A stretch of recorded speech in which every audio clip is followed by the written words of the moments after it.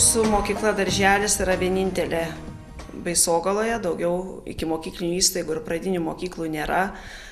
Mokyklą, darželį ir mokyklą lanko ne tik Baisogalos miestelio vaikai ir mokiniai, bet ir aplinkinių kaimų atvyksta autobusu į mūsų mokyklą. Taip, dalyvaujate apart to kasdienio darbo, kasdienio bendravimo su vaikais, dar jūs dalyvaujate projektuose, aš taip supratau. Taip, dalyvaujame įvairiuose projektuose, stengiamės daug, nes aš manau, kad ikimokyklinio ir pradinio amžiaus vaikams reikia visko ir įvairiapusio ugdymo, kad jie pajustų, ką jie norėtų, kur norėtų dalyvauti, kokią kryptim pasukti. Tai tą linkme ir dirbame. Ir dabar apie tą konkretų apdovanojimą. Mes eilę metų sportuojame, mokomės gyventi sveikai ir Respublikoje organizuojama šiais metais buvo 11 kartą sportiškiausios mokyklos konkursas, bet pradinių mokyklų kategorija atsirado tik tai 2010-2011 metais. Ir mes pirmą kartą pabandėme dalyvauti praeitą kartą, šiemet antrą kartą ir pasisekė, tapome nugalėtojais ir patekome į sportiškiausių mokyklų sąrašą. Pernai mokslo metais užėmėm antrąją vietą, šiais mokslo metais buvome nepralenkiami. Gerbiama direktorė, kokie vertinimo kriterijai buvo, į ką buvo atsižvelgiama ir tarp kiek mokyklų, minėjot visą Respubliką? Taip, aš iš tikrųjų negaliu pasakyti, kiek pradinių mokyklų dalyvavo, šiaip sportiškiausios mokyklos konkurse dalyvavo 44 mokyklos, atrinktos 5 pradinės mokyklos ir toje kategorijoje mes esame pirmi. Ir tai yra labai įvairi veikla, tai nėra vien kūno kultūra ar sportas. Tai yra kaip sportinė veikla integruojama į bendrąjį lavinimą, į neformaliojo ugdymo veiklą. Tai yra kilnaus elgesio apraiškos, sportinė bazė, įvairiapusė veikla mokykloje. Mes turime ir plaukiojimo baseiną mokykloje, labai dalyvaujam visuose sportiniuose renginiuose, olimpinių judėjimo varžybose ir praeitais mokslo metais mums labai gerai sekasi Radviliškio rajono olimpinėme festivalyje Olimpiečiai tarp mūsų, kur mūsų mokiniai parsivežė labai daug apdovanojimų. Šiandien apie tai šventėje kalbėsim. Ir paskutinis klausimas, kur buvote, kur turėjot garbės dalyvauti, kas įteikė jums apdovanojimą? Taip, pagerbimo buvom pakviesti į Lietuvos Respublikos Seimą ir mus apdovanojo ir sveikino aukščiausi šalies vadovai, paskirtasis vyriausybės pirmininkas, Seimo pirmininkas, Seimo nariai ir kiti.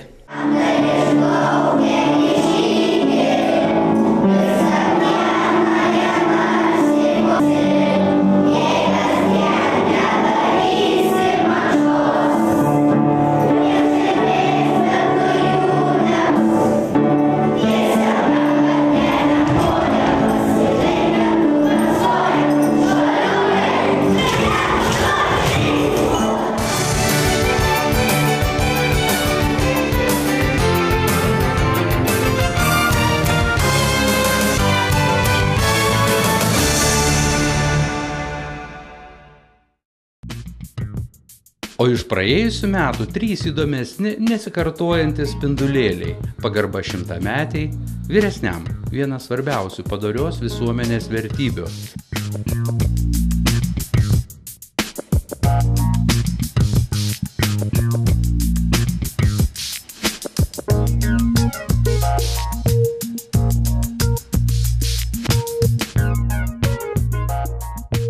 Pirma tokia garbinga iš tikrųjų proga ir labai nuo širdies noriu pasveikinti jūsų močiutę, sulaukus tokio garbingo amžiaus. Gyvenimas nėra lengvas visiems, bet matyt, dievulis pamylėjo ir močiutė šitokį gražų amželį nugyveno. tad linkim jai ir toliau kuo geresnės sveikatos, stiprybės ir, aišku, vaikų tikriausiai ir anūkų palaikymo. Ačiū. O jūs? Manai visą laiką dūjų. Ką nors mačiute, Anai girdė, viską reaguoja, bet jeigu žmonių yra užsimerkti, nesimerkti. Nedras.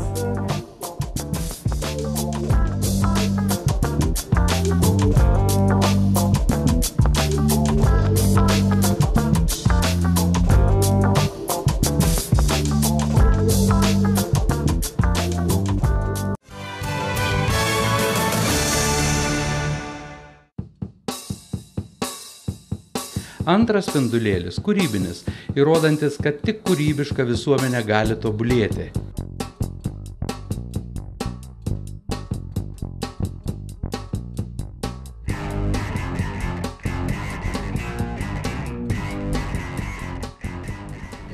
Viso to prasmė tai yra, kad žmonėm meną, gal taip, priartinti prie žmonių meną.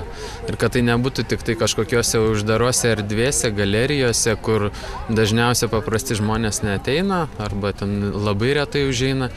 Tiesiog erdvėj daryti ir skatinti kažkokią diskusiją dar ten ir patiem menininkam lyg ir sureikšminti tą darbą, ką daro, kad tai nebūtų tik tai vėl niekam nereikalingo, o kad atsirastų kažkoks dialogas su žmonėm. Tai idėja tai tokia būtų, o kiekvienos šalies skirtingi menininkai mato skirtingas problemas arba kažkokius socialinius klausimus, apie kuriuos diskutuoja per savo meną. Tai. Aš taip supratau, kad Lietuvoje tai tik tai čia, ne, tas projektas. Taip. O kaip kitose šalyse, gal ten daugiau miestų yra įsijungę, ar irgi kiekvienoje šalyje po vieną? Praktiškai po vieną miestą, bet kažkaip taip didžioji dalis tai visą laiką tuose didžiosiuose miestuose. Praktiškai vos ne visi yra sostinėse, ten tik keletas yra didžiosiuose miestuose kitų šalių. O čia mes kažkaip taip sugalvojam, kad visai smagu mažam miestelį tą patį padaryti. Ir apie savo darbą, kodėl tu būtent tokią tematiką pasirinkai ir kodėl būtent taip širdis? Čia irgi, kaip minėjau, kad irgi nesinori padaryti per daug didelio to žingsnio nuo tų paprastų žmonių. Tai kažkaip iš karto, aišku, reikia tada pasirinkti simbolinę tą kalbą, nes tada liktais paprasčiau ir analizuoti ir lengviau prieinama.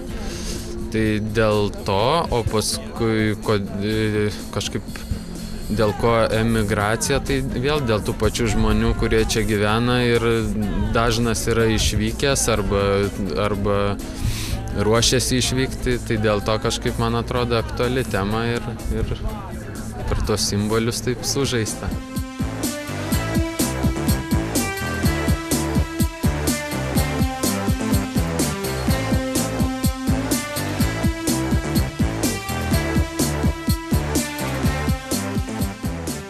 Ir vis tik, orai mums nekliūtis, ateitį kuriame patys. Viso gero.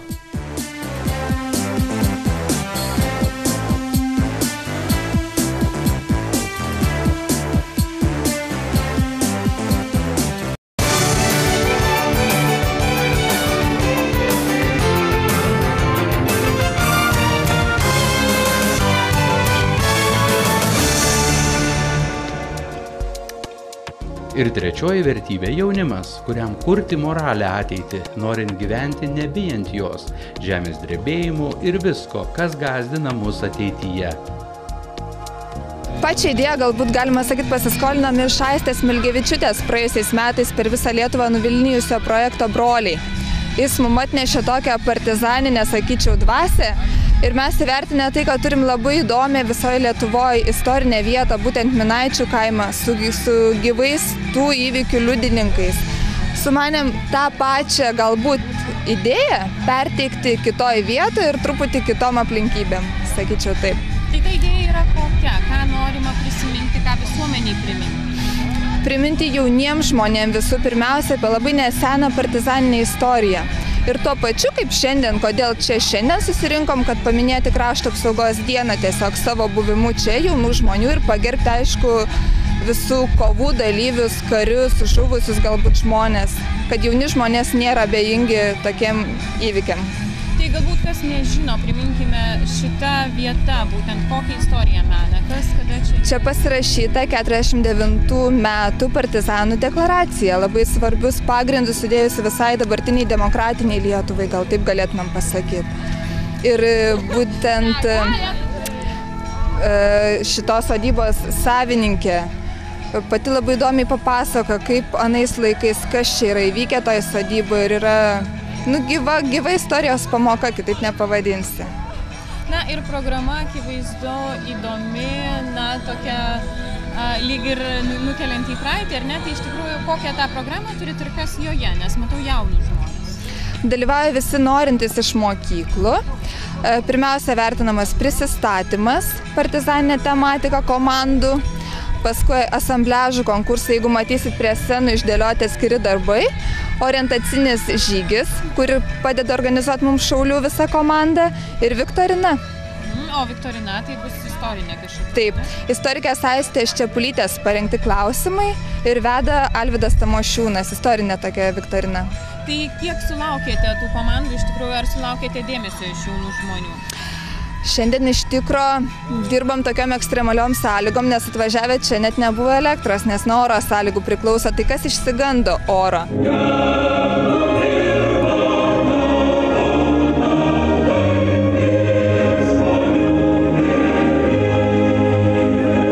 Dalyvaujame šiame projekte, konkurse. Tai vat kodėl? Iš tikrųjų, visuomenėje nepaslaptis dabar yra susidarius tokia nuomonė, ar ne, kad jaunimui neįdomi nei ta istorija, nei jo labiau tokie dalykai. Kažkaip mūsų komandai kaip tik įdomi ta istorija, mes domimės ją. Visą laiką bandome į tokius konkursus dalyvauti, konkursuose tokiuose. Tai manau, kad ir šiame bandėme dalyvauti. O kodėl? Kodėl būtent ta istorija yra svarbi, įdomi, reikšminga? Manau, kad tai susijęs su mumis. Ir manau, kad tai turėtų padėti ateityje. Ir ką patys parašėt, nežinau, kad reikėjo ruoštis.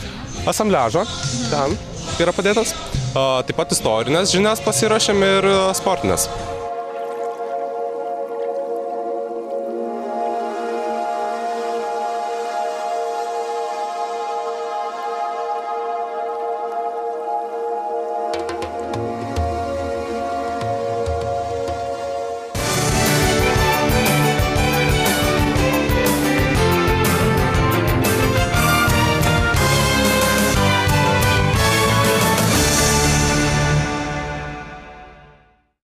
Artėja gražiausios metų šventės, tai kūčių vakaras, kalėdos. Iš tikrųjų tai metas, kada žmonės apmąsto, ką jie nuveikė per šituos metus, galvoja apie ateitį, galvoja apie savo šeimą, artimuosius. Ir tuo metu pats tas laikas susimąstyti, pagalvot, ką mes darėm galbūt ne taip, ko mes tikimės iš kitų metų, o visi visada tikimės, kad kiti metai bus geresni nei šie. Tad ir su artėjančiam šventėm visiems norėčiau palinkėti, kad iš tikrųjų ateinantis metai būtų geresni finansiškai, geresni sveikatos prasme, kūrybos ir veiklos prasme. Gerų visiems švenčių.